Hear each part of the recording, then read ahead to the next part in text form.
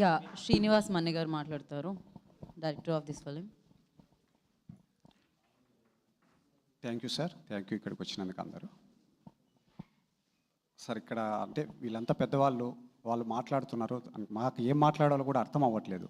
ఎందుకంటే సార్ ఇప్పుడు మీరందరూ కూడా నిజంగానే ఇప్పుడు కాదు సార్, మేము సినీ ఫీల్డ్లో ఉన్నప్పుడు ఒక మూవీని డైరెక్ట్ చేసినప్పుడు మాకు తెలుసు ఒక రివ్యూస్ ఎలా వస్తాయి ఏంటి అనేది. ఎప్పుడు మేము వాటిని గౌరవిస్తాం, ఎందుకంటే దాని ద్వారానే మాకు తెలుస్తుంది సార్. ఒక్కొక్కసారి కొన్ని ఒపీనియన్స్ చెప్తారు, ఇది ఇంకా ఇలా ఉంటే బాగుండేదేమో, ఇక్కడ ఏమైనా ప్రాబ్లం ఉందేమో, ఇది ఇంకొంచెం పెంచింటే బాగుండేదేమో.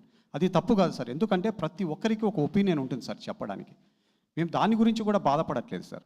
ఎంత దారుణమైన విషయం అంటే సార్, కొన్ని వెబ్సైట్స్లో కొన్ని చోట్ల చూస్తే సార్ పచ్చి బూతులతో వర్డింగ్స్ సినిమాని గురించి మాట్లాడుతాం సార్. నాకు తెలిసి మనది ఒక సమాజం సమాజం అంటాం సార్, మనం అడవి కాదు సార్. ఎందుకంటే ఇక్కడ అందరం మనుషులం సార్, మనుషులము హ్యాపీగా అందరము బతకచ్చు సార్. ఒకరు బతికితే మనం కూడా బతకచ్చు. ఒక అడవి అయితే మాత్రమే నాకు తెలిసి ఇంకొకరిని చంపి మనం బతకాల్సి వస్తుంది. కానీ ఈరోజు ఎంత దారుణమైన పరిస్థితులు వస్తున్నాయంటే, ఎంత నీచమైన బూతులతో రివ్యూస్ పెడుతున్నారు కొంతమంది సార్.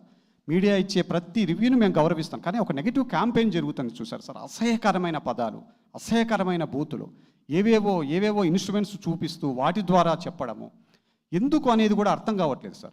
నిజంగా ఏది ఉన్నా ఆడియన్స్ అనేవాళ్ళు రెస్పెక్ట్ చేస్తారు సార్. సినిమా బాగుంటే మమ్మల్ని ఉంచుతారు, లేదా బయటికి పంపించేస్తారు. దీన్ని ఎవరమూ అవాయిడ్ చేయలేము సార్. ఒక చిన్న క్లిప్ చూపిస్తాను సార్, నేను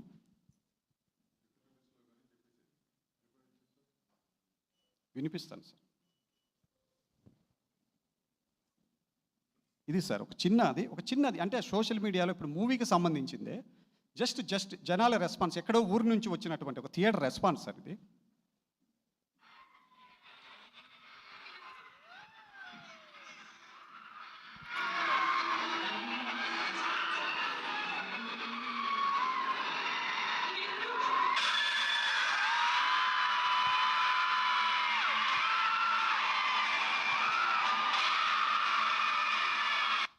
ఇది సార్ జనాల రెస్పాన్స్. థియేటర్లో ఇటువంటి సీన్స్కు ఒక 10 చోట్ల జనాలు ఇంత షౌట్స్, ఇంత ఇదిగా జనాలు రెస్పాండ్ అవుతున్నారు.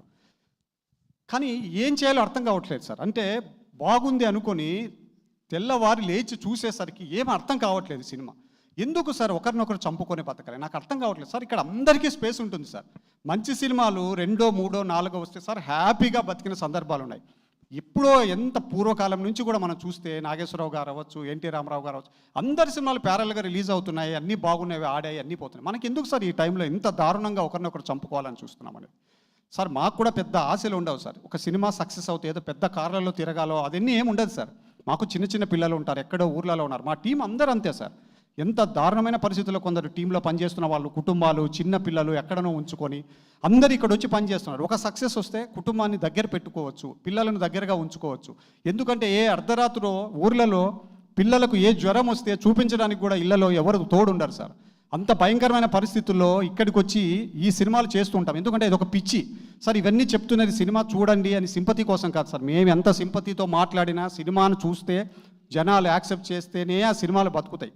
వాళ్ళకి నచ్చితే చూస్తారు, లేకపోతే లేదు, అది మాకు తెలుసు. కానీ ఈ చంపుకుంటున్నాం చూసారా సార్, మనం ఒకరిని బతికించడానికి మళ్ళీ ఇంకొకరిని చంపాలి అన్నది, ఇది కనుక కంటిన్యూ అవుతాయి సార్ ఫైనల్గా ఎవరు మిగలరు సార్ ఇక్కడ ఇండస్ట్రీలో. అది మాత్రం మేము చెప్పాలనుకుంటున్నాం. దయచేసి ఇది వద్దు సార్, అందరినీ బతకనివ్వండి, అందరం హ్యాపీగా ఉందాం. సినిమాని జనాలు డిసైడ్ చేస్తారు సార్, ఆడియన్స్ డిసైడ్ చేస్తారు. మీరందరూ రివ్యూస్ ఇచ్చారు, మేము దాన్ని ఎప్పుడు గౌరవిస్తాం సార్. కానీ బయట జరుగుతున్నటువంటి ఒక రకమైన నెగటివిటీని దయచేసి మీరు కూడా మీడియా మీరు కూడా చూడండి సార్, అబ్జర్వ్ చేయండి సార్. దయచేసి దీన్ని ఎక్కడైనా సరే ఒక చోట ఆపాలి సార్, లేకపోతే ఇది ఇండస్ట్రీ మొత్తాన్ని నాశనం చేసుకుంటూ వెళ్తుంది సార్.